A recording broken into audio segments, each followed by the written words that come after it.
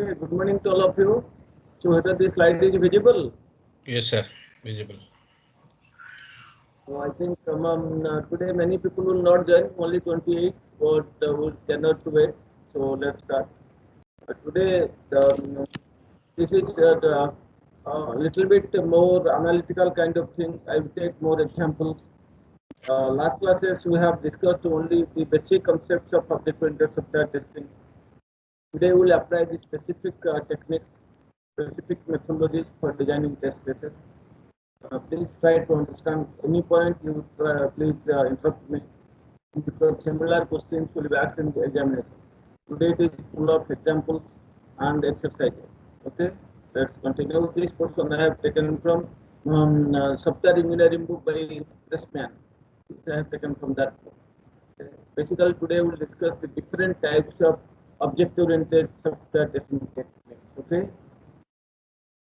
These fundamental concepts already we have seen earlier, like more than 50% of development effort is being spent on testing, etc. And more is the testing, or better or a thorough testing implies what a good or better quality of the software. These things I'm skipping. So now let's see, when should this testing begin? You can do the testing at the analysis and design level or at the programming level. So testing at analysis and design means it explains, it represents the following things. Here the testing begins by evaluating the different object-oriented analysis and design models. How do you test the object-oriented analysis models? We have to obviously take the models which represent the analysis. For example, the requirement analysis, requirement specification documents, or the use case diagrams. So those things can be used to test the OA models. So how do you test the OA models? By using the requirements and the use cases of the use case diagram. Similarly, how do you test the object-oriented design models? By using class and sequence diagrams, collaboration diagrams, etc. They will be basically used to test the object-oriented design models. Besides this, we have already discussed some static techniques such as structured walkthrough and reviews, etc. So structured walkthrough, reviews, prototypes, they can also be used to perform testing at the design level, analysis and design level. Okay, formal reviews of correctness, completeness, and consistency, they can be used to test the object-oriented software at the analysis and design level. Besides the analysis and design level, we can also do the testing at the coding or the programming level. How does object orientation makes testing, or how does the object oriented features make, how does object orientation makes testing different from procedural programming? Already you have discussed earlier, so no need to repeat it again. The issues to address for a successful software testing strategy, many issues already discussed. This is a simple, easy kind of things. Please read yourself. I will go to the exact points only. Now let's see, start with testing the object-oriented analysis and the object-oriented design models. Here I have already told you, for testing object-oriented analysis models, you can use requirements, use case diagrams, etc. For testing object-oriented design models, we can use the class diagram, sequence diagram, collaboration diagram, etc. The review of the object-oriented analysis and design models is especially very much useful because here the same semantic constructs, they appear at the analysis level, design level, and the code level. For example, the different classes, their attributes, operations, messages, these same semantic constructs, they also appear at the analysis level, design level, and code level. That's why they are very much useful, they are very much important. Therefore, a problem in the definition of the class attributes, which is uncovered during analysis, what it will happen, it will circumvent, it will pass on, it will circumvent side effects that might occur if the problem was not discovered until the design your code. So try to identify the bug as soon as possible. Analysis, an error of analysis phase, don't try to allow it to move it to the next phase, design your testing phase, otherwise you have to put much more effort. This effect is known as phase containment of errors. That's already written in the Rajimol's book, you can see. There is a problem in the definition of the class attributes which is uncovered during the analysis. What it will do, it will circumvent the side effects that might occur if the problem was not discovered until the design or the coding phase. By fixing the number of attributes of a class during the first iteration of the object-oriented analysis, the following problems may be avoided. So, if initially you can fix the number of attributes of a class during the first iteration of the object-oriented analysis, then some of the problems you can overcome. For example, creation of unnecessary subclasses, this problem can be avoided. Incorrect class relationships, this can be avoided. Similarly, improper behavior of the system or its classes, okay, they can be also minimized, they can be avoided. So, in this way, if we will fix the number of attributes of a class during the first iteration of the object-oriented analysis phase, then the following, these problems can be avoided. If the error which is not uncovered during the analysis and it is propagated further, what will happen? I have already told you, more efforts will be needed during the design and coding phases. So, in the later phases, you have to put more efforts if they are not uncovered during the analysis phase. Analysis and design models, they cannot be tested in the conventional sense because they cannot be executed, isn't it? You can execute the code. Normally, the analysis and the design models, they cannot be tested in the conventional sense because they cannot be executed. Formal technical review can be used to examine the correctness and consistency of both analysis and design models. So, how you can, since in a conventional sense, you can say that analysis and design models, they cannot be tested as they cannot be executed. So, how you can check them? You can use the formal technical review, formal methods. So, formal technical review can be used to examine the correctness and consistency of both the analysis and design models. So, what is correctness and consistency? These are easy things. Please read yourself. We are running out of time. We will not discuss these things. The major challenges in object-oriented software testing we have already seen earlier. We will not repeat. Please see some of the slides. They are common, which already we have discussed or which are easy, obvious. I am skipping only the new things we will discuss due to lack of time. Black box testing we have already seen. What kind of errors it tries to detect, that also we have seen earlier. White box testing already we have seen earlier, so we will not discuss those things. The characteristics of white box testing we have already seen. We will not discuss again those things. I will come to this onwards. We will go in detail. The different the different object-oriented testing levels are unit test, then integration test, system testing, and validation testing. So, unit testing in object-oriented, in classical testing we are calling as, or function-oriented testing we are calling as unit testing, but in object-oriented testing we call them as class-level testing. Integration in traditional sense we are calling integration testing, but in object-oriented testing we call them as what? Anybody else? This integration testing, they are normally we have to collaborate something. So, this name last class I had told, I had forgotten actually. It refers to some collaboration testing like that. Integration testing, the exact name I had told last class but forgotten. So, that we call that here unit testing referred to as class testing. Integration testing, please see my earlier slide, what I was saying. Or if you will see, we have to, okay, that I will tell later on because I had forgotten the exact name. We have to, normally for integration testing, we use the sequence diagrams and the collaboration diagram. So, some kind of collaboration testing we have to do.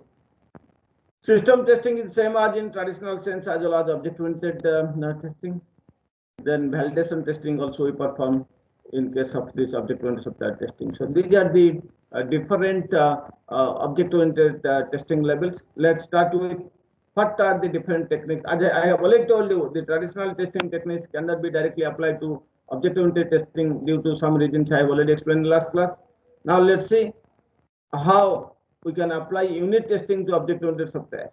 What are the different kinds of unit testing we can perform for object-oriented software? Let's start with unit testing. I have already told you the smallest testable unit in case of object-oriented software is the encapsulated class or the object, not the method. It is the encapsulated class or the object.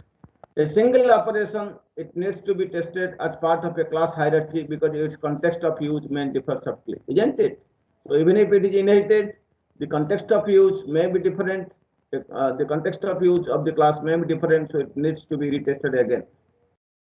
A single operation, it needs to be tested as part of a class hierarchy, maybe in case of inheritance, because its context of use may differ subtly, may be different in the parent class as well as in the child class. Class testing is the equivalent of unit testing, I have already told you. So class testing is the equivalent of unit testing in conventional software approach. So in class testing, what we are doing, we are testing the methods present within the class. Okay, methods within the class are tested, and not only that, I have already told you in which state the class is there. We have to also consider the state of the class. The state behavior of the class is also examined. Class testing, it focuses on designing sequences of methods to exercise the states of the class. So the class testing, what does it do? It focuses on how to design the sequences of the methods to exercise the state of a class. So here the definition of test case will be a little bit different. As in the previous case, we are discussing test case, that means what is the input, what are the expected output, we are preparing a table. Here we will not get those things. Here basically we will get methods. So we have to design a sequence of methods. That will be considered as the test case. So here class testing focuses on what? Designing test cases. So here what will the test cases? Here test cases means designing of sequences of the different methods to exercise the different states of a class. I'll take examples how to design these sequences of methods to perform class testing. In class testing, unit testing is applied for each class. Okay. In class testing, how do we apply unit test? In class testing, unit testing is applied for each class. Now let's see what are the different methods available for class testing. So class testing uses a variety of methods. We will discuss three important methods. One is the fault-based testing, another random testing, another is partition testing. Okay. So let's see this. So each method that I have written here, fault-based testing, random testing, and partition testing, each method exercises the operations encapsulated by the class. Okay. So each of the three methods, what do they do? So they exercise the different operations which are encapsulated by the class. What we have to do here for designing test cases means, so here I will use the terms interchangeably. Test case or test sequence or test scenario, they will represent the same thing. The test sequences here, they are designed to ensure that relevant operations are used. So you have used proper operations. You have used the relevant operations. You have used the appropriate operations. That you have to ensure. So the test sequences are designed to ensure that relevant operations are used. Here also, I have already told you, we have to examine the state behavior of the class.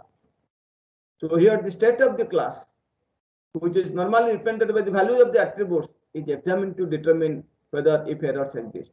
So besides this testing the methods, we also test the behavior of the class. Okay, in order to determine whether if any error is there. So how can test the behavior of the class? We can state the we can test the behavior of the class or the state of the class by considering the states.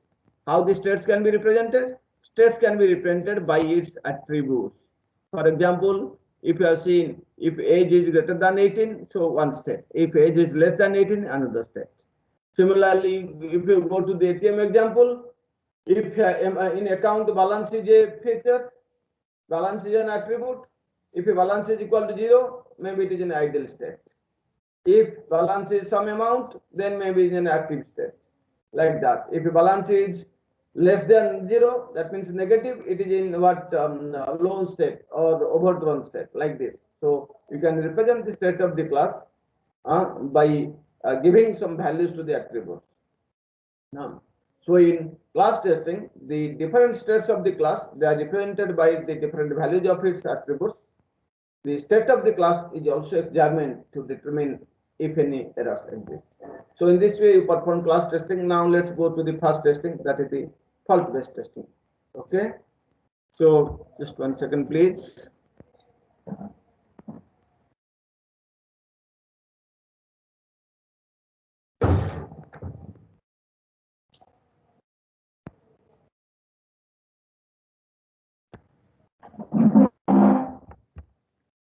Okay, so first discuss about the fault-based testing. Fault-based testing, so what does it do? The or what is its objective? Fault-based testing. The main objective of fault-based testing is to design test cases or test sequences that have a high likelihood of uncovering plausible faults. So the objective of fault-based testing is to design test cases which will have a high likelihood, high chance of detecting plausible faults. So its objective is to detect the plausible faults. So what do you mean by plausible faults?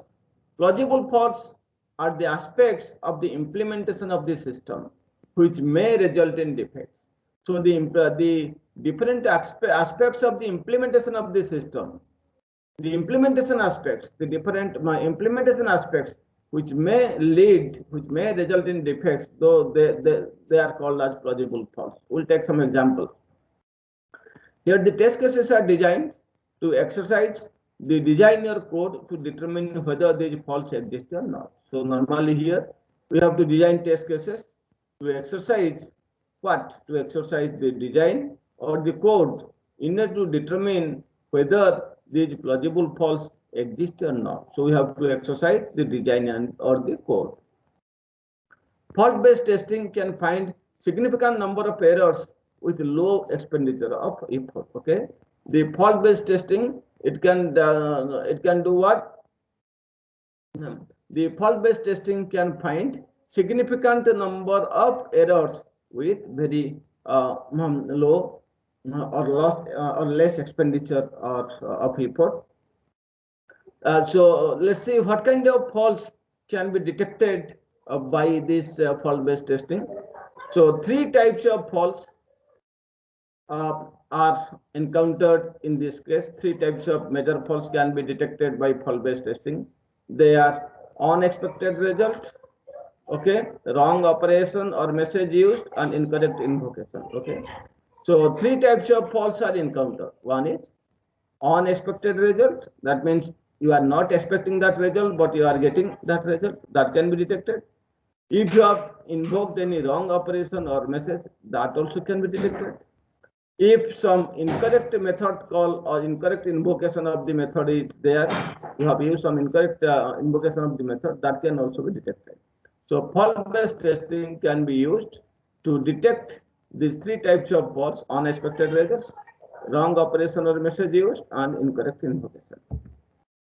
Let's quickly take a small example of these plausible faults and how this fault-based testing can be used to detect the fault. For example, let's consider a boundary value error. When you are using a square root method or square root operation, which returns the errors for negative value and zero itself. Okay. So please see here, I'm using the words negative value and zero. It is what you have used a square root operation that returns errors for negative value and zero itself. But zero itself checks whether the programmer made a mistake like this. Okay. Zero itself, it can check whether the programmer made a mistake like, suppose we have written if x greater than 0, calculate the square root, but it should also include 0. That means for 0 also, if you are taking the square root, it should give some value. So if you can use this is an implementation aspect perfectly, because here it should be greater than equal to 0. The correct statement you should write, if x is greater than 0, then calculate the square root. That means whether x is equal to 0 or greater than 0, then it should calculate the square root. But here in this case, 0 is excluded. So this is clearly a boundary value error. This is we call as plausible error, because this error is an implementation aspect. So you have to, so those kinds of errors can be detected by this fault-based testing. Example 2, so consider a Boolean expression. Here I have written if A and B not C, not B or C. So multi-condition testing and related techniques probe for certain plausible faults. When you are using multiple conditions, see there are three conditions are there, A, B, C. So multi-condition testing and related techniques, they also probe. They may give some scope for certain plausible faults, such as instead of ampersand, you have used this or symbol, that in place of and you have written or. this symbol negation you have mistakenly left out. So negation was left out where it was actually needed. There should be parentheses around this negation B. You should put a parenthesis. There should be parenthesis after this around negation B or like that. So here these are clearly programming aspects, implementation aspects. The programmer might have mistakenly left those things. Those kinds of errors can be detected by using fault-based testing. So let's see the drawback of fault-based testing. Fault-based testing, it misses two types of errors. Two important types of errors cannot be detected by fault-based testing. One, incorrect specification. If your specification is wrong, then fault-based testing cannot do anything else. It cannot handle that fault. And interactions among the subsystems. If 2-3 subsystems are there and there is an interaction between those 2-3 subsystems, then also how do they interact? And if some error is there during the interaction, your technique, this fault-based testing cannot do anything else, cannot help. So fault-based testing misses two types of errors. One is incorrect specification, another is interactions among subsystems. Out of this, I will take up one new method which can handle the second error. That is interaction among subsystems, how it can be handled later on. Today we will take up another technique called as scenario-based testing technique. This can handle these interactions among the subsystems. Okay. So in this year we have just briefly seen what is fault-based testing, what kind of errors it can detect, what kind of errors it cannot detect. So those things we have seen for fault-based testing. What is the next testing technique? Random testing. Let's see about random testing. So random class testing will continue like this. Let's see first what are the steps, how to perform random class testing. So random test technique is performed as follows. First step is identify the methods applicable to a class. So what methods are applicable to a particular class? Please identify them. This is the first step. Next step, define constraints on their use. If any constraint is there on the use of these methods. For example, the class must always be initialized first, isn't it? Any class you use, bank account class, first you have to initialize the class. Just as before using any variable, you are initializing the variable. So similarly, before performing any class, you have to initialize or you have to open first the account like that. So define the constraints on their use. For example, whether the class must always be initialized first, or the class must be opened first, or the file must be opened first. Define the constraints on their use. Next step is identify a minimum test sequence. So there can be many methods. All the methods may not be required at all the times, but there are certain methods which are required always. That we call the minimum test sequence. Identify a minimum test sequence. Minimum test sequence means you have to identify an operation sequence, the sequence of the methods which will define the minimum life history of the class. So what is the minimum operations you might require? So define an operation sequence which identify an operation sequence which defines the minimum life history of the class. I will take an example. Then once the minimum test sequence is ready, you can generate a variety of random test cases. So once the minimum test sequence is ready, you can generate a variety of random test sequences, but still then they are valid test sequences. So this random test sequence, it will exercise more complex class instance like history. Okay. So we have to, once this minimum test sequence is ready, we can then generate a number of random test sequences.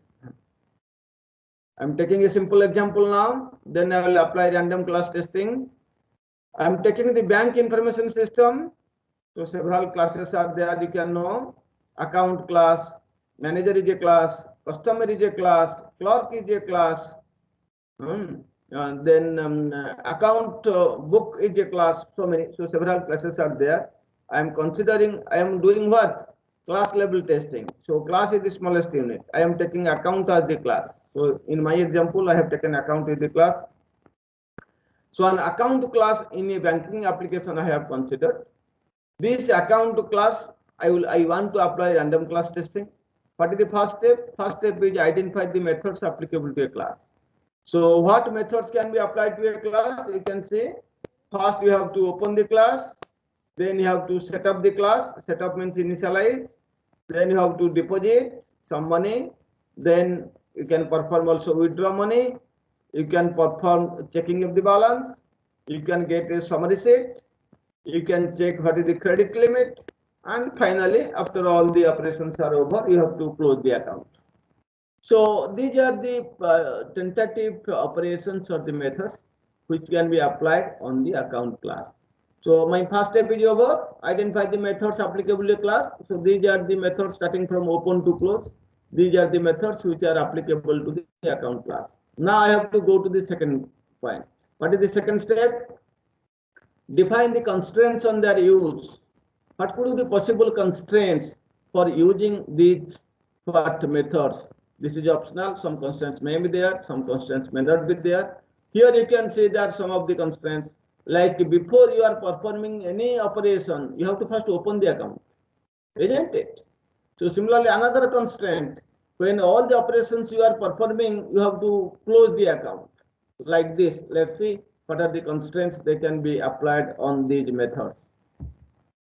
The constraint of all operations is that the account must be opened first, the class account must be opened first, and when all the operations are completed, then the account class has to be closed. Okay, that is step 2. What is step 3? Identify a minimum test sequence. And what do you mean by minimum test sequence? This is a sequence of operations. This is a sequence of operations which define the minimum life history of the class. You cannot drop a single method from this.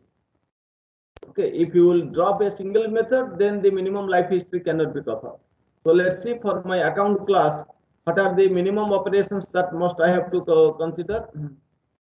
So the minimum behavior can be represented by following test sequence, the method sequence. First you have to open, and then setup. Setup means I have told initialize. Just before using any variable, you have to initialize. So before using the class, I have to first set up initialize.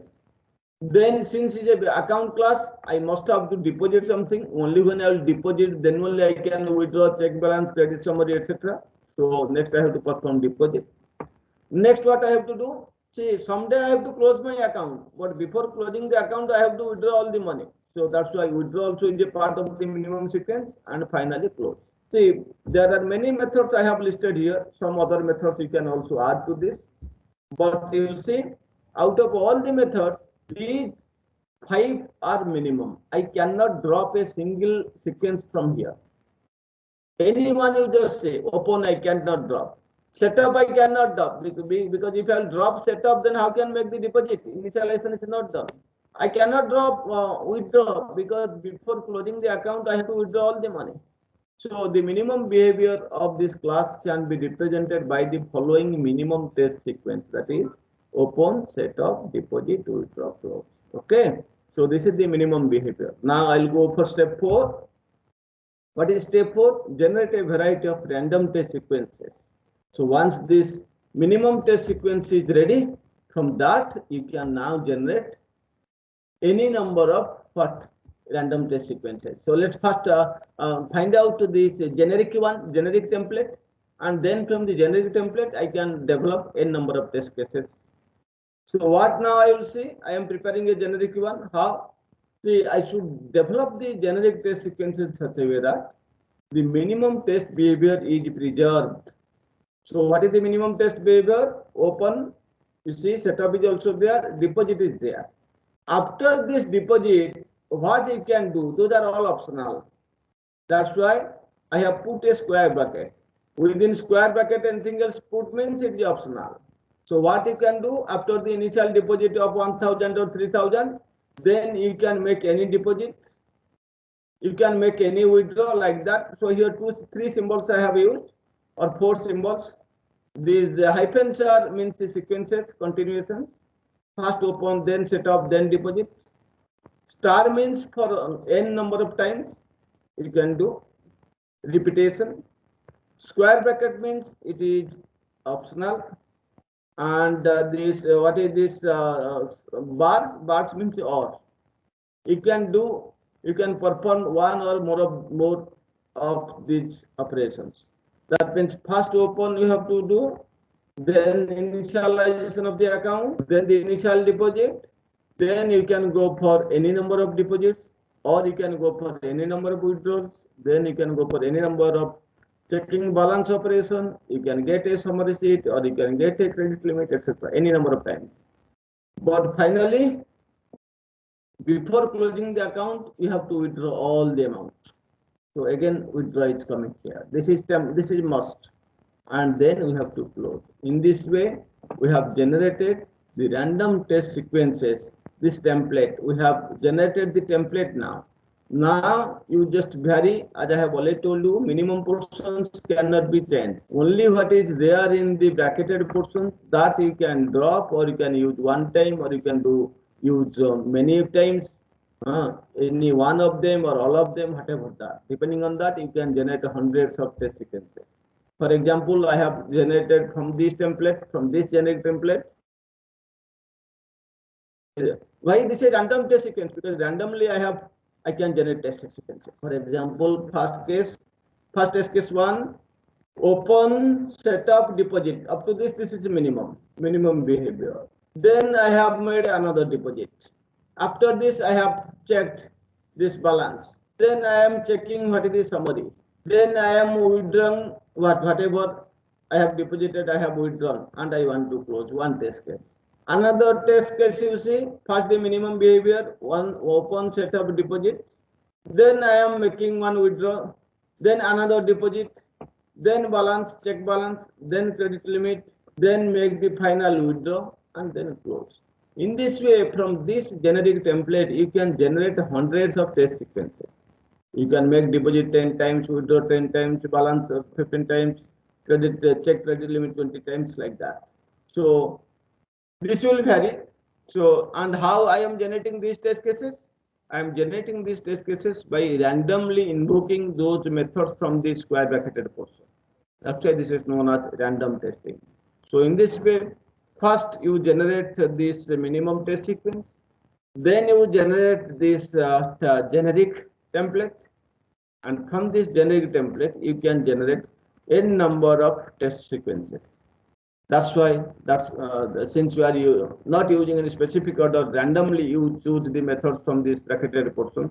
This testing is known as random class testing. Okay, so you can generate n number of test cases from this. So I have generated here 2. So you can generate some other test cases yourself also. Okay, this is this random class testing. Next we will go to the next one. Next one is partition class testing. So this class testing, it reduces the number of test cases required. It's very much similar to equivalence partitioning. Equivalence partitioning we have discussed already while discussing this black box testing. So here the different input and output, they are categorized, and test cases are designed to exercise each category. Those who have not known equivalence partitioning, please refer my earlier slides on black box testing, and please see the equivalence partitioning, then it will be easier for you for understanding. This part of equivalence, this partition class testing, it is of again 3 types. First one, state-based partitioning. Second one, attribute-based partitioning. Third one, category-based partitioning. Let's first see about this state-based partitioning. This technique is used to categorize, and generate the test methods based on their ability to change the state of the class. I have already told you this every class has a state, not one state, many states. So by applying which methods you are able to change the state of a class from one state to another. That's why the name is state-based partitioning. So what is the job you have to do? What is the step that you have to perform? Categorize and test the different methods separately based on what? Based on their ability to change the state of a class. For example, you can see that the account state, when the account class, when you will see the deposit and withdraw of what methods, they can change the state. How? Suppose you are having only 1000 rupees and you have withdrawn all the 1000 rupees, then it will automatically become inactive or the idle state. So there is a state change. Similarly, when there is a zero balance and immediately you have added deposited 1000 rupees, then automatically it becomes active. So that means deposit and withdraw methods, they change the state of the account class, but just you see checking balance, it will not change the state of the class. So accordingly, I can design the partitioning. So first test case, please remember whatever you may do, but always the minimum test sequence has to be there. The minimum behavior has to be preserved. What is the minimum test sequence? I have already shown you. Open, setup, deposit, withdraw, close. This is the minimum test sequence. You cannot deviate it. Whatever you may do inside this, within square brackets, you can make optional things and do, but the minimum test sequence cannot be violated.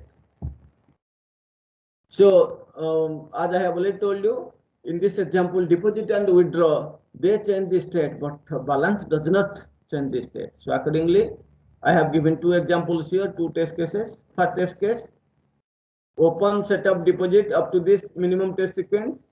Then I can make a deposit, I can make a withdraw, and again I have to go to minimum test sequence, the final withdraw and close.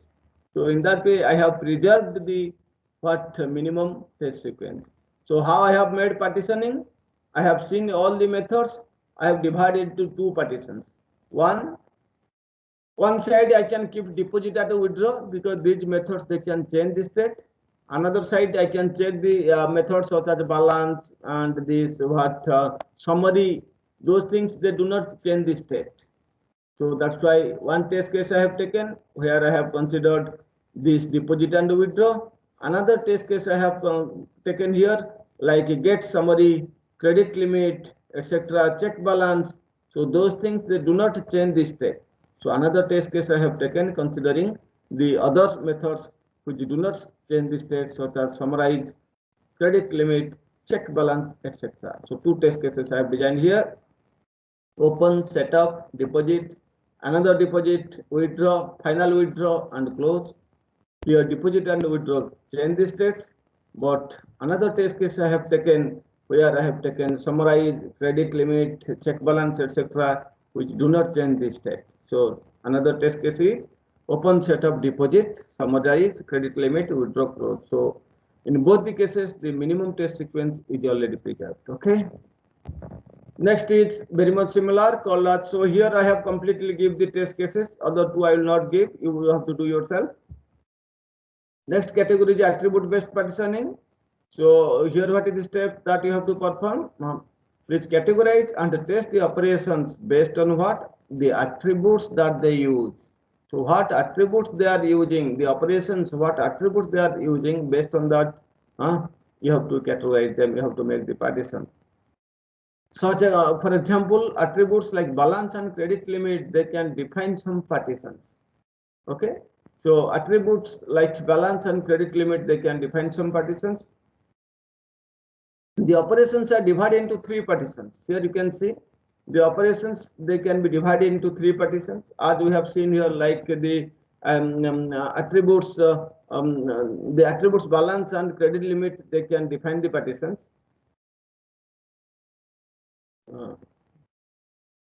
The operations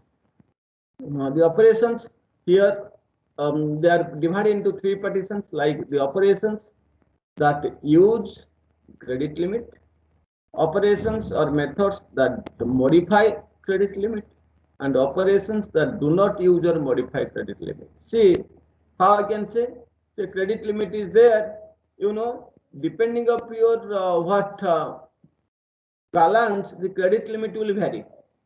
If your balance is always minimum balance is 10,000, so credit limit is different.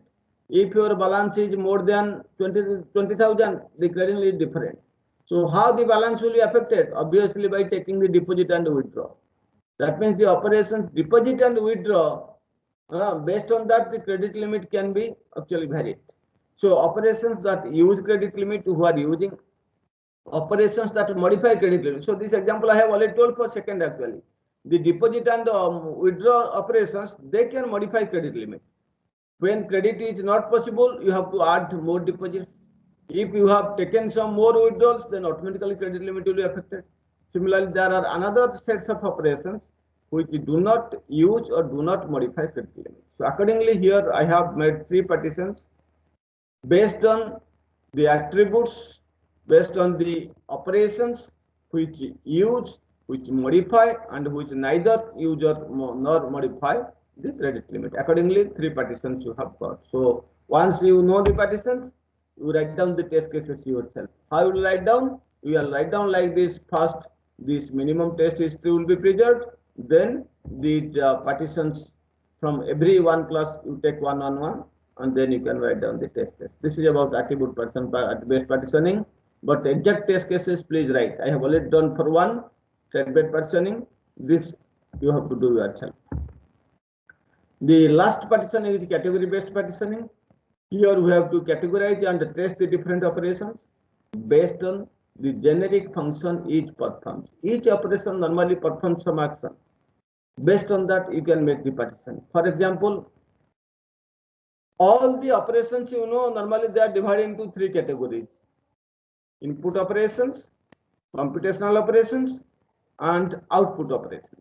Normally, while you are discussing reading first semester, between BTech first semester, second semester. So this categorization you can make according to your convenience. For example, for my account class, I can see there are three types of functions are performed. Like some operations they are used for the initialization purpose. Some operations they are computational. Some operations for handling the queries. Some operations for termination.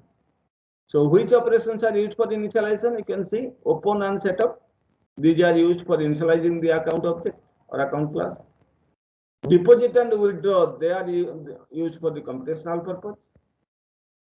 Queries like get balance, get summary, get credit limit, these are all queries. And close is used for terminating the process. So for termination purpose, you can use close. So now you have made the partitions. Then designing test cases, again it is easy. Design the test cases like this, as we have done in state-based partitioning. Write down the minimum test sequence, then insert the partitions from this category. At least one you have to take from every category, then you can generate the test cases. So this is something known as category-based partitioning. This is how we have seen about this partition-based testing.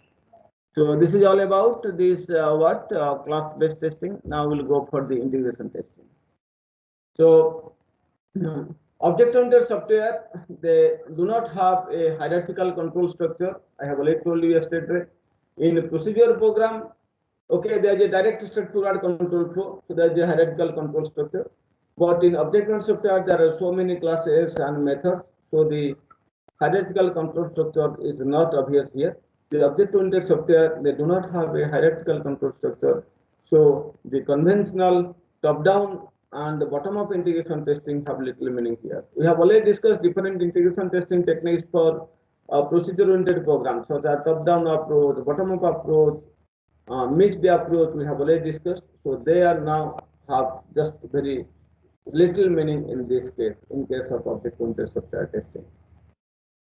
Integration is applied at the three different incremental points, or integration applied three different incremental strategies. Let's see what are the three integration testing strategies. One is thread-based testing, another is use case-based testing, another is clusters testing. Out of these three, yesterday I have told two: thread-based testing and use case-based testing. Thread-based testing, it integrates what? It integrates the set of the different classes which collaborate to respond to one input or event. So the classes which are collaborating to respond to one particular input or event, you can make them a thread, and you can test that thread. This already we have discussed in last class. This is known as something thread-based testing. So in this testing, it integrates the set of classes that collaborate to respond to one input or event. Use-based testing also I have, or yes, use-based testing yesterday I was saying. So it integrates the different classes which are required by one particular use case. That's why this is known as use-based testing. Cluster-based testing I have not told yesterday. Let's see a little bit more on cluster-based testing. So according to cluster-based testing, it integrates the different classes required to demonstrate one collaboration. So in order to demonstrate one collaboration or one integration, so we have to integrate the corresponding classes. So cluster testing means it integrates the different classes required to demonstrate one collaboration or one interaction. Let's quickly look at the first technique, thread-based integration strategy. So what is a thread? Yesterday I have told a thread consists of all the classes which are needed to respond to a single external input that we have discussed in the last class. Here each thread is integrated and tested individually. First, each thread you have to see which classes can be combined together to form a thread. Each thread is integrated and tested individually. Regression testing is applied to ensure that no side effects occur. This thing I have told from very beginning. So after performing integration testing, after each integration testing, you have to perform regression testing in order to ensure that no side effects occur.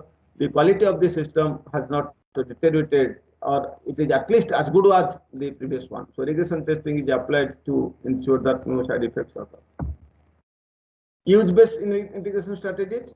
Use-based testing begins how? Use-based testing begins by testing the classes that use few or no server classes. Yesterday I have told. Okay, so use-based testing, it begins by testing the classes which use or which does not use any server classes, or it uses very few server classes. So this is the first level.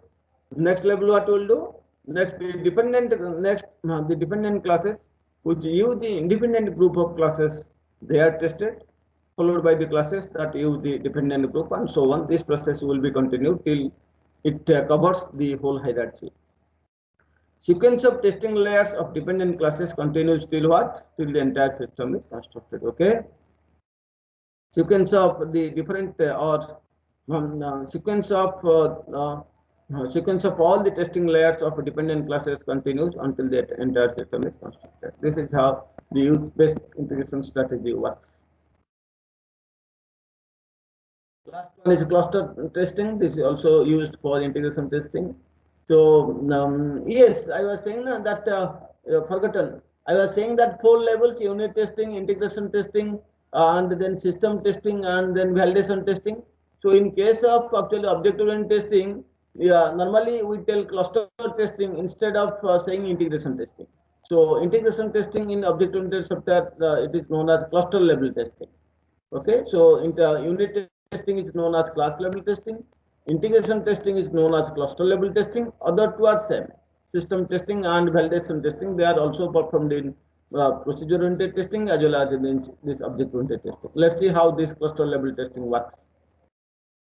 As you see, the name is cluster level testing. Definitely it uses cluster. So what is a cluster? A cluster is a collection of classes, maybe from different systems, which are cooperating with each other via some messaging. Okay, a cluster means it is a collection of classes which are cooperating with each other via messaging or via message passing. A cluster specification should include what? The cluster specification should include methods from each class that will be accessed. Okay, so a cluster specification, it must include the different methods from each class that will be accessed. Cluster testing focuses on the interaction among the instances of the classes in the cluster. So this testing, it focuses on the interaction among the instances of the classes. So how the different instances of the classes, they are interacting. So cluster testing focuses on that. Cluster testing focuses on the interaction among the instances of the classes present in the cluster. Cluster testing assumes that each class has been tested individually. Obvious, before integration testing, we have to assume that all the individual classes have been tested individually. Cluster testing is considered as a second level of integration testing. Okay, because first we are testing all those individual classes, then we are forming the clusters, then we are but again performing testing. So cluster level testing is considered as a second level of integration testing. So in this way, we are performing this cluster level testing. So these are the three different classes of integration testing. Okay. Now we'll go for some other special testing techniques for this object-oriented software. One is scenario-based test design. So what does it do? Scenario-based test design. See, so one of the problem with fault-based testing, I have told, it cannot detect two types of errors. If the specification is incorrect, and it also cannot detect the interaction errors. Now let's see, I have already told you at that time, I will give you one technique which can overcome the second problem. That means it can detect the interaction errors. This is this scenario-based test design. Scenario-based testing, it captures what? This testing captures the different tasks via use cases, which the user has to perform, and then applying them and their variants are test. Okay. So this testing, it captures the tasks which the user has to perform, then applying them and their variants as tests. I already told you that the drawback of fault-based testing is that it cannot detect errors if the specification is incorrect, as well as it cannot detect the interaction errors. So in this case, scenario-based design, it can overcome one problem. It can detect the interaction errors. The test cases must be more complex and more realistic than the fault-based test case. So here in the scenario-based test design, the test cases, they should be much more complex and more realistic than the fault-based test cases.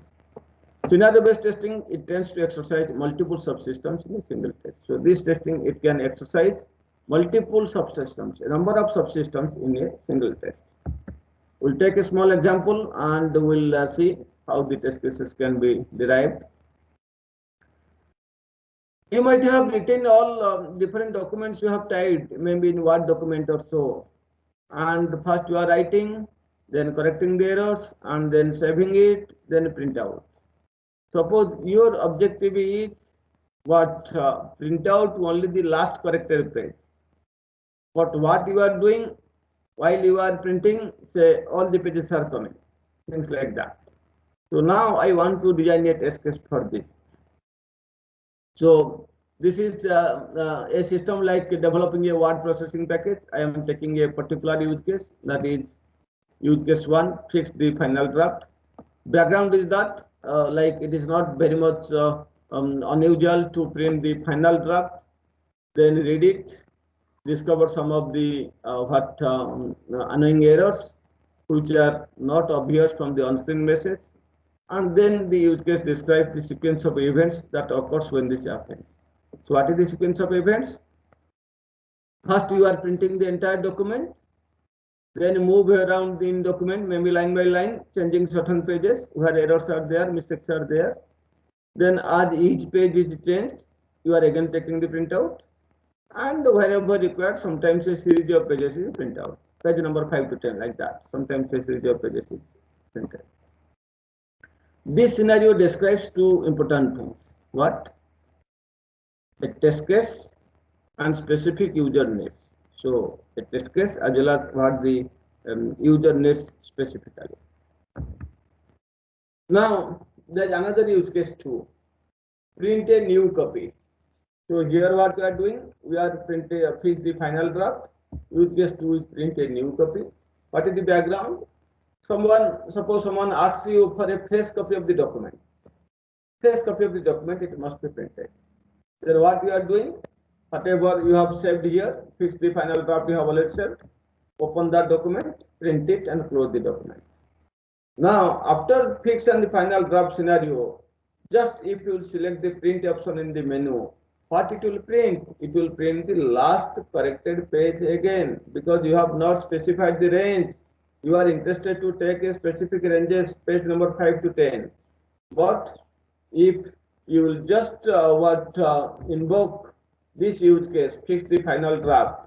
After the fix the final draft scenario, if you just select the print option, then what it will print? It will print the last corrected page again. But our objective is supposed to check the series of pages. So here I want an interaction between what? Use case 1 and 2. How do they interact? Then accordingly I have to test the system. So some problem is there. As a result, instead of getting a series of pages, we are getting the only last corrected page. I have to make some correction. So where I can make some changes in use case 2 so that when I will choose the print option, automatically the series of pages will be printed. So what changes I have to make? I have to make the following changes. So the correct scenario according to the editor is as follows.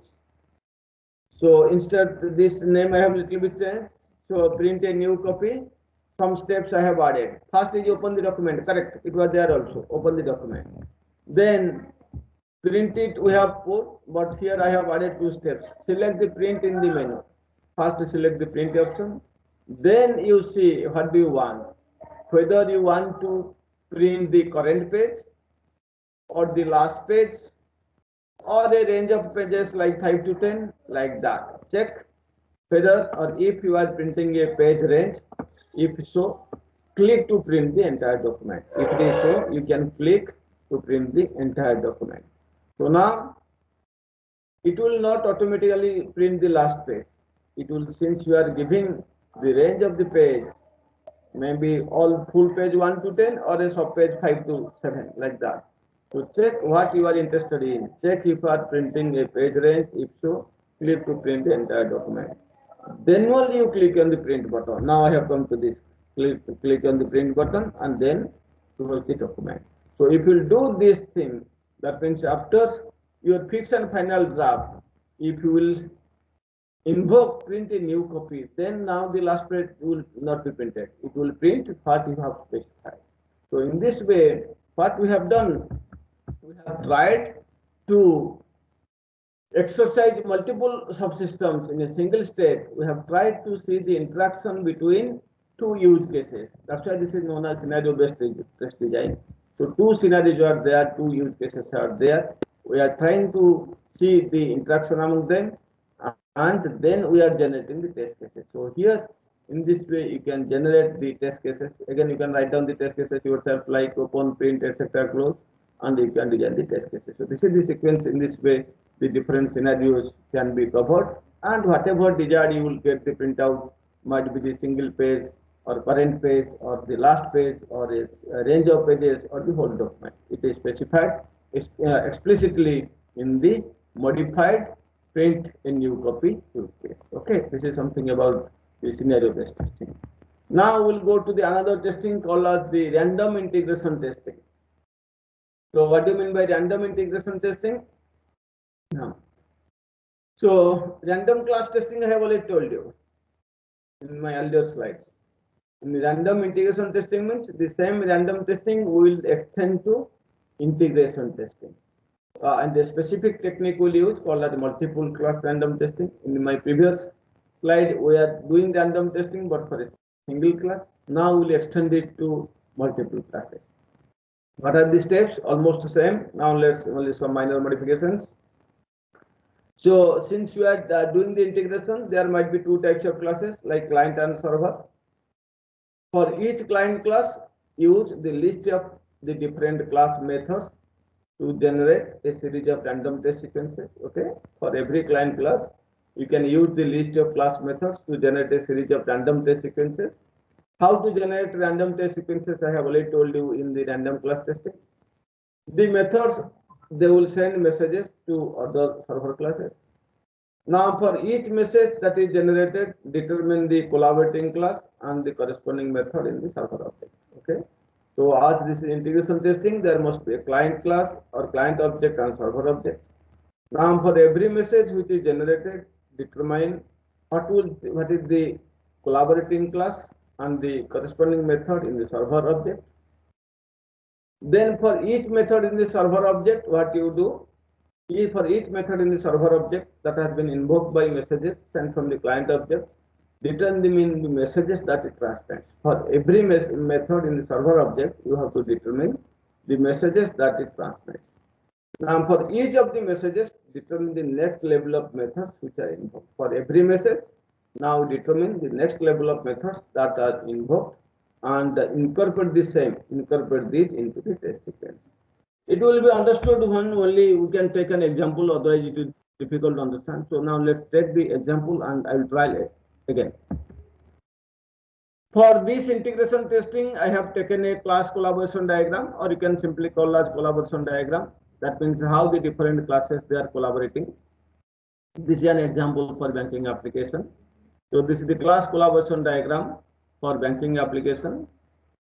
So the rectangles having curved edges or the corners, they are classes. So you can see there are different classes such as ATM user interface, ATM, bank, cashier, account, validation info. These are all examples of different classes. And these are the different methods. The text written in the boxes, these are the methods like ATM user interface interacts with the ATM with these methods. Card inserted, password, deposit, withdraw, account status, terminate. Here I have used Java kind of syntax. That means the method name first letter is small, and if in between, so if there are two methods, two words, card and inserted. Card will start from C, capital small C, and the I is capital I.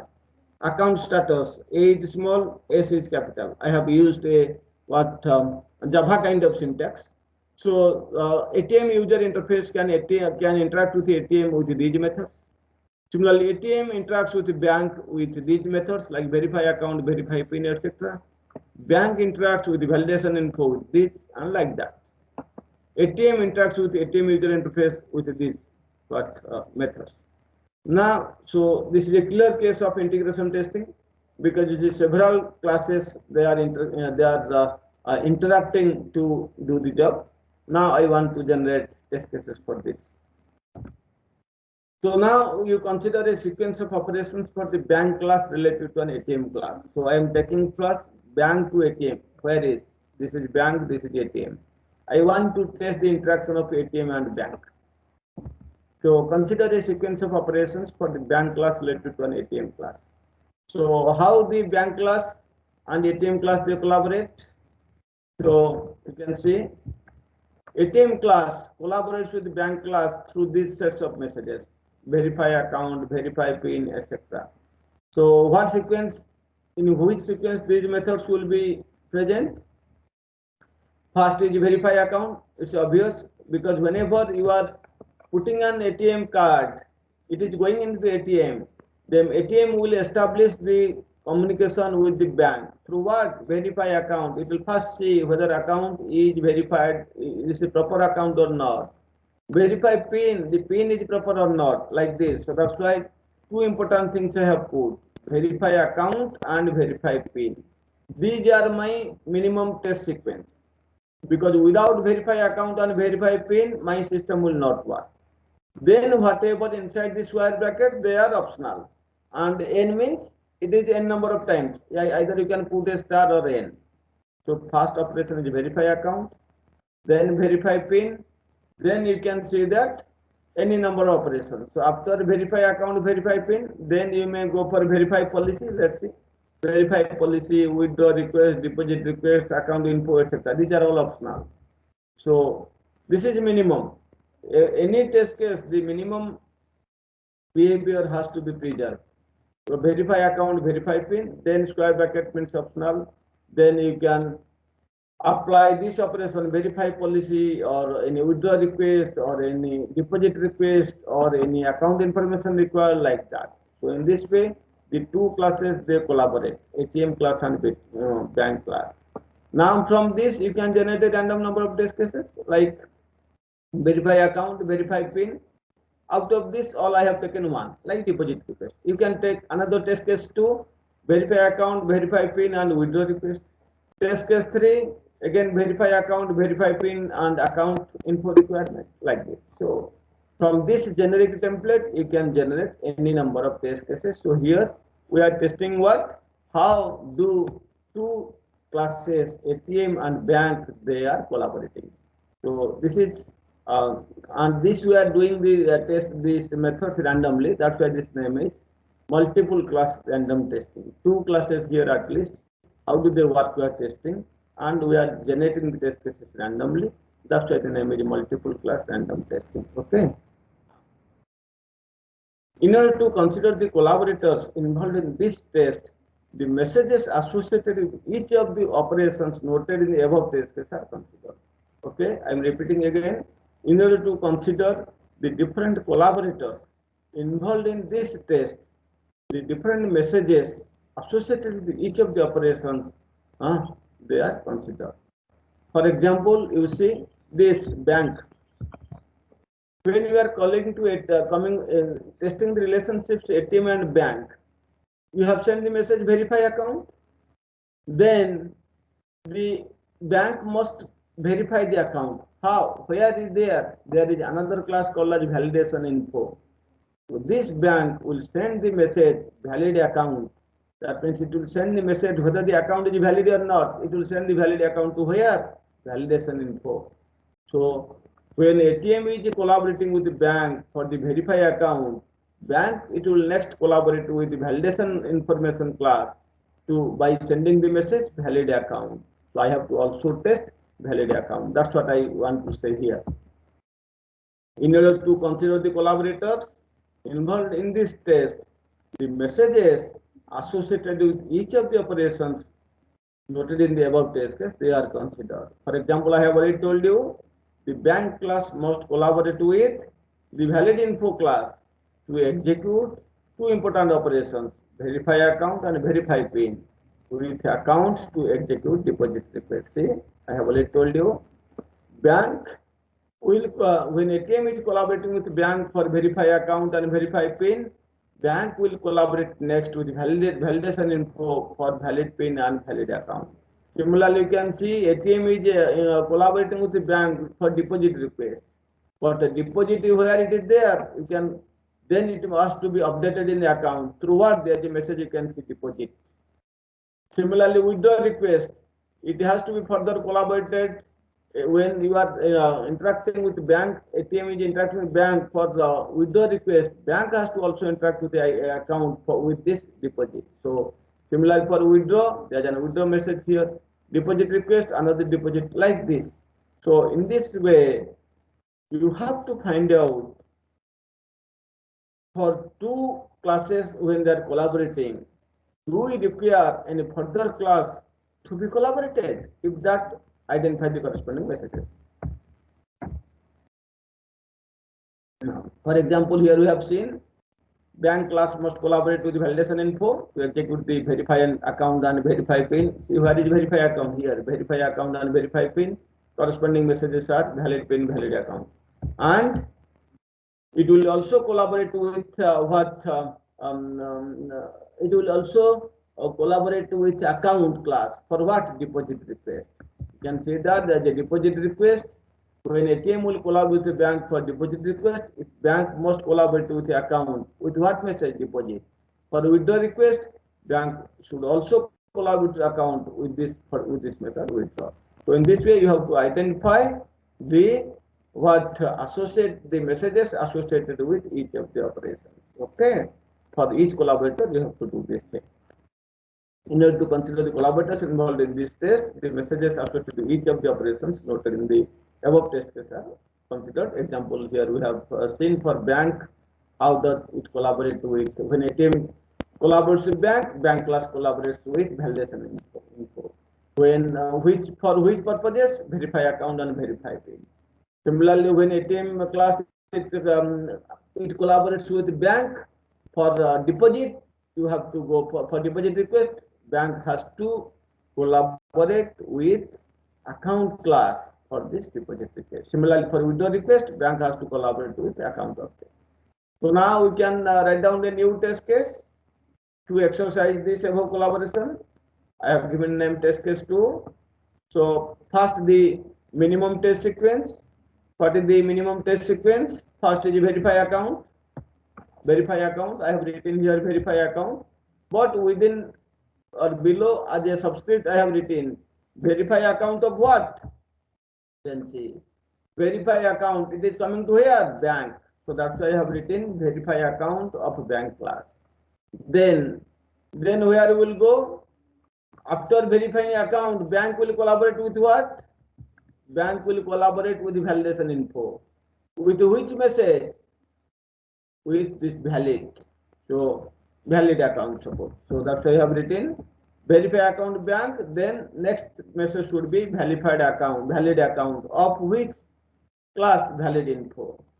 Then again I am coming back to the minimum sequence. Minimum sequence is verify pin. So verify pin is where? Verify pin of a bank. So I am again write verify pin of bank. And bank will collaborate with what? To do this operation, bank will collaborate with valid info. With which message? Valid pin. So verify account, so verify pin bank, then we have to do valid pin of validation. Then we require support deposit request. So deposit request of what?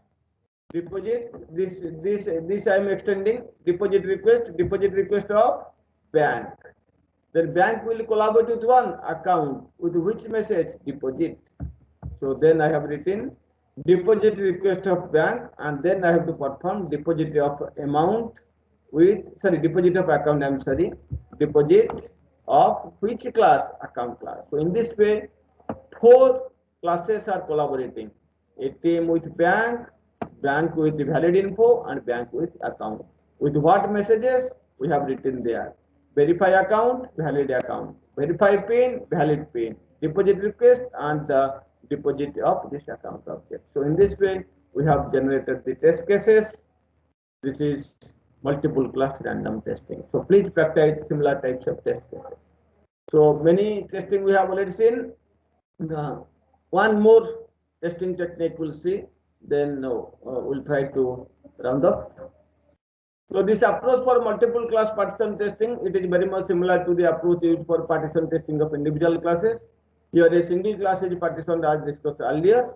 Here the test sequence is expanded to include those operations that are invoked via messages to the collaborating classes. So what collaborating classes are there, how they are collaborating through sending which messages, so they are considered for generating the test sequence. The test sequence is expanded to include those operations which are invoked via messages to the collaborating classes. Okay, here I have shown how bank ATM is collaborating with the bank, and in turn bank is collaborating with the valid info class as well as the account class.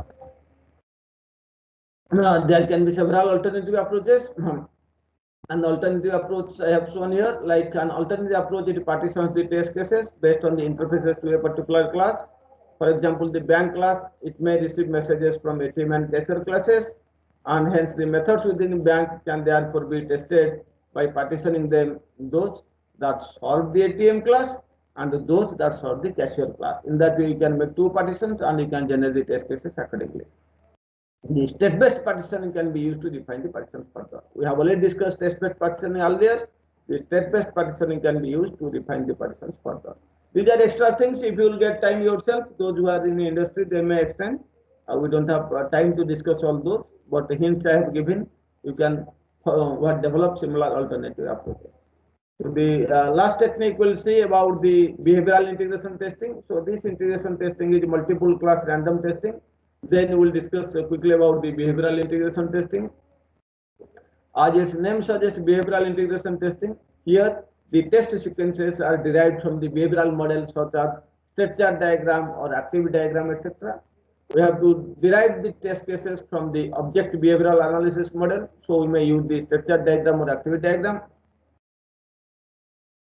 You know, in a state chart diagram, there are several states. Each state in a state chart diagram, it should be visited in a best first fashion, in a best first manner. So each test case should exercise only a single transition. So when you are designing the test cases, each test case should exercise a single transition. When any new transition is being tested, only the previously tested transitions are used. Suppose you are testing a new transition, only the previously tested transitions they can be used to generate the test cases. Each test case is designed around causing a specific transition. So whenever you are designing test cases, every test case can be designed around causing a specific transition. So each test case is designed around causing a specific transition. I have taken a simple example of a state transition diagram or a state chart diagram. Here I have taken again the class account class. This example I am telling so many times. An account can have several states. First state is account is empty state.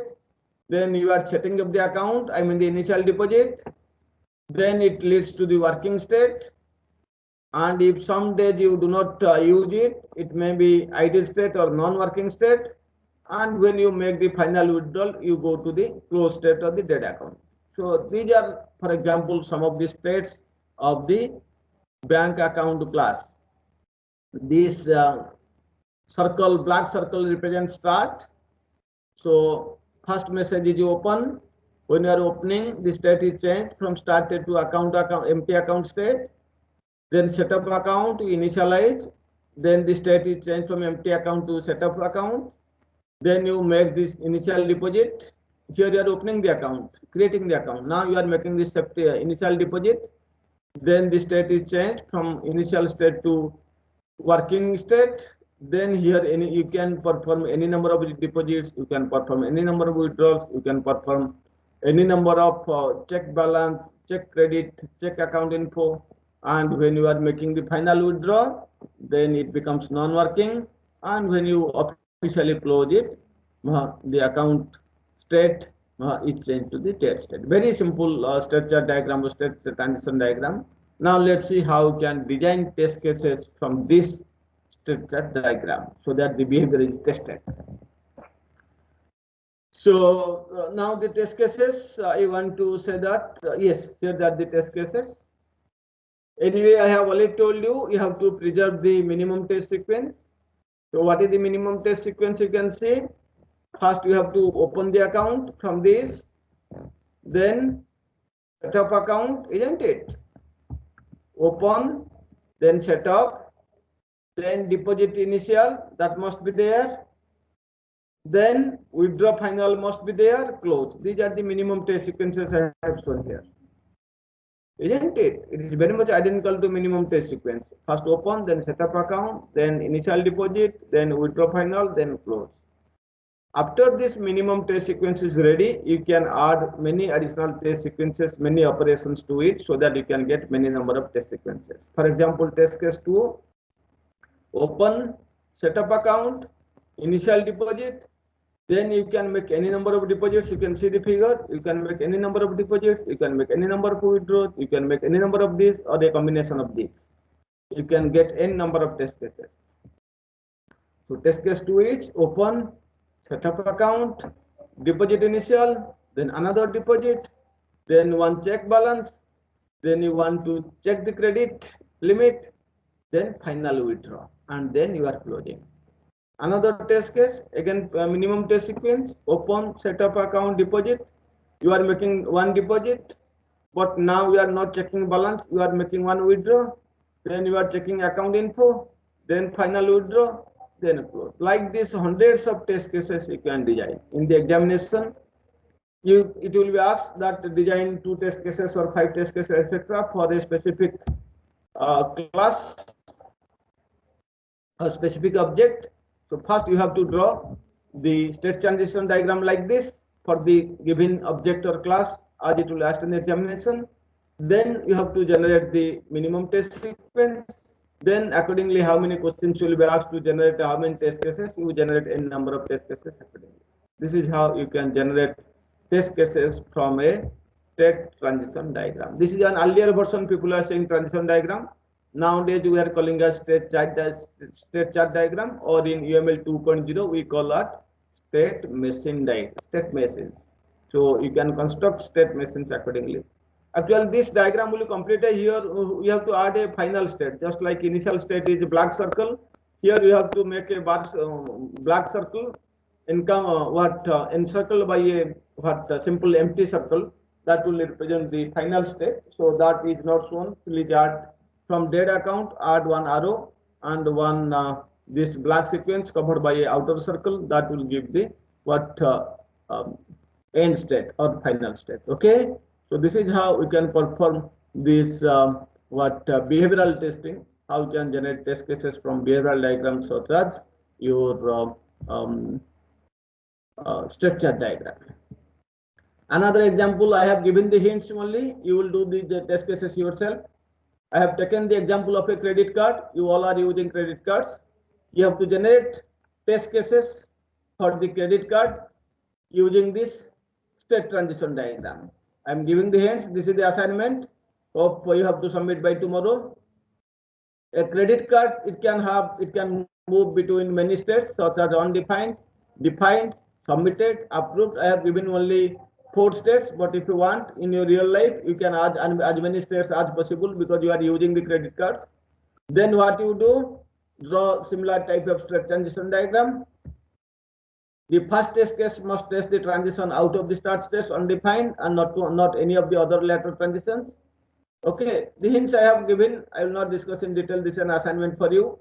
The initial transitions in account class can move through the empty account and setup account. And then the majority of all behavior for instances of the class occurs while in the working account state, of course. The major thing will be happening in working account state.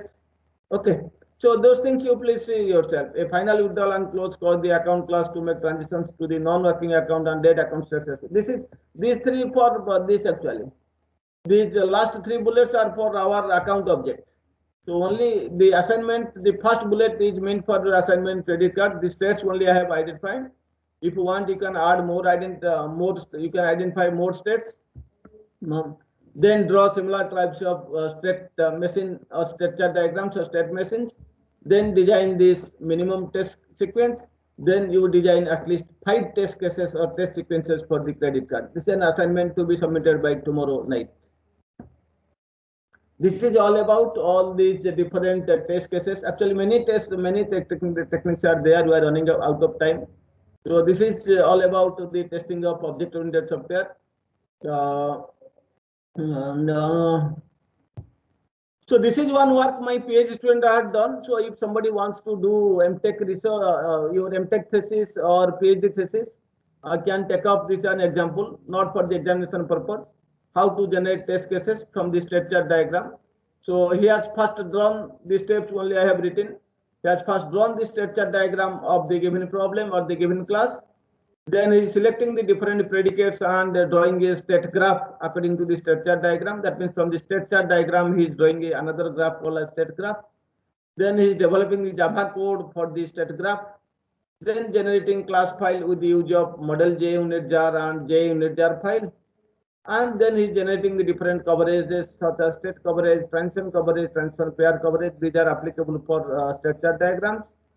Then he's constructing a extended finite state machine from the source code, and finally he's generating the test sequences and the test cases.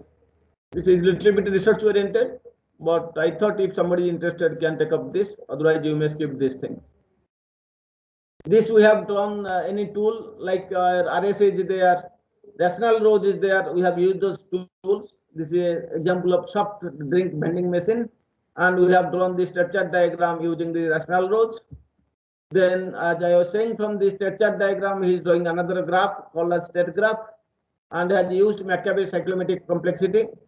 Okay, this is the source code for the state graph, and then the coverages is showing, like you can see the different coverages. Number of available after the cell substring is 9 like that. The number of available after cell substring type 2 is greater equal 9. What is the state coverage? 8 by 8 means 100%. Transition coverage was 12 by 12. That means all states are covered, all transitions are covered. So 100%. But transition pair coverage 13 by 24. So near about 50%. Action coverage are 12 by 13, almost 99%. And like this, build successful. How much time it has taken? The seconds it will right. So it will show. In this way, he has also shown by using his approach what is the coverage, what is the percentage of coverage he has got for the different coverages he has shown. Okay, like he has shown the transition coverage, transition pair coverage, and action coverage that he has got for each approach. Okay. This is the output to the test coverage and test sequences. Different test sequences are written. You can see, like different. These are the different test sequences. Okay, showing these are the different test sequences. So different coverage and different test sequences we have shown. This is the extended finite state machine for the state graph, and these are the tentative test cases. Okay, test case ID, etc. Different amounts. You are given different amounts. What is the expected output? Whether that soft drink is coming or not, money is coming out or not, like this. These are the test cases. Okay, and these are the test cases I have shown. These are the different test sequences. What I have shown here, it is not visible. Like down, this is showing. You cannot see this thing. That's why I have written in the form of text. I have written textually. These are the different test sequences for the soft drink vending machine.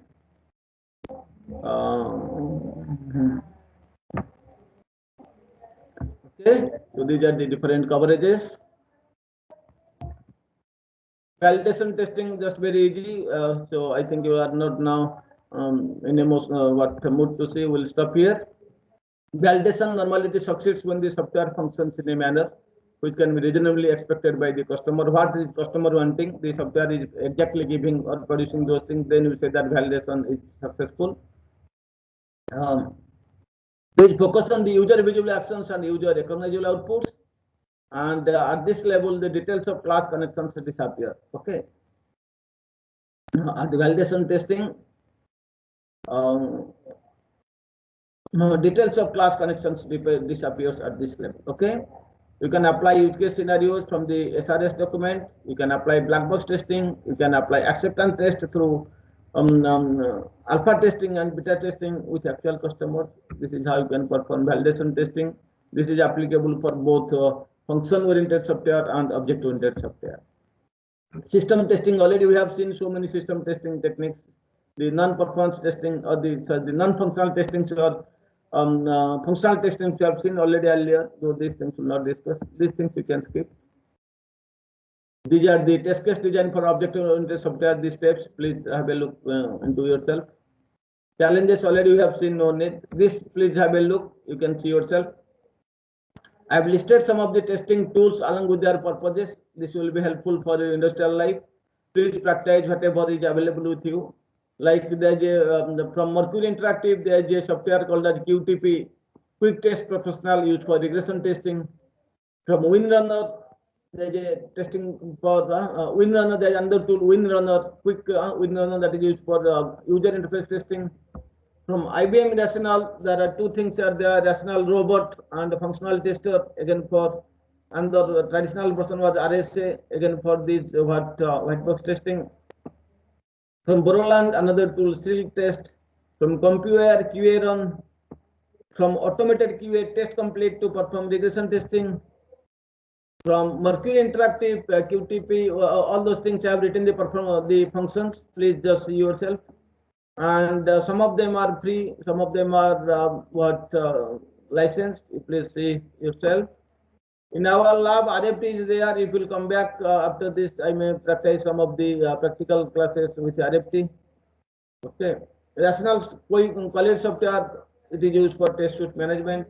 Silk Test is used for functional and regression testing. And its advantage that it has a provision for customized in the built recovery systems. These are easy things. Only I wanted to inform you that, share the information. What popular testing tools are there? What are their purposes? I have written. Please go through yourself. Similarly, from Automated QA, Test Complete there, which can be used for UI testing and regression testing.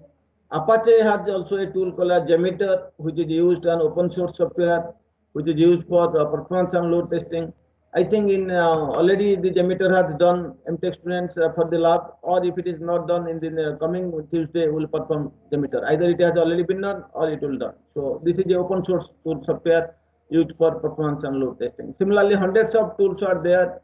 We're running out of time. You can see from the books, you can see from the internet, the different tools and their purposes. Please practice some of the tools for your practice. In the campus interview, definitely you will get benefit out of this. Thank you very much. So this portion I have taken from Pressman book. Okay, so please read. Now let's come to any questions, because it is very important. In the examination, similar types of questions will be there, maybe with the different classes or different objects, different systems. So please practice. 2-3 assignments I have given today. Please try to submit. So now let us come back to any doubt, please.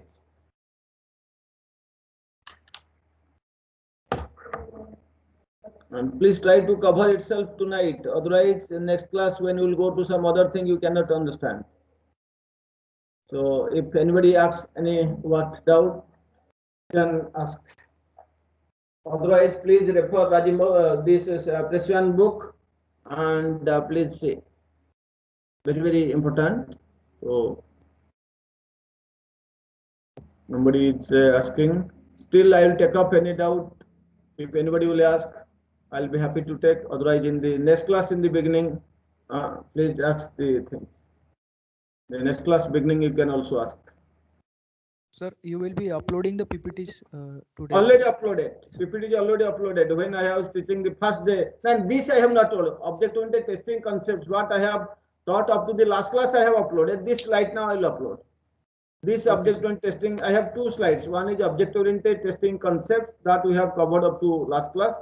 Today, what we are teaching, some particular object-oriented testing types that I will upload right now. Yes, sir. This one only. Yes. So I will just upload it right now. Okay, or it is uploaded last year while I was teaching. If it is uploaded, you can see. Otherwise, I will just quickly I will reload it. Yes. Any other question? Parmanand, you want to ask something?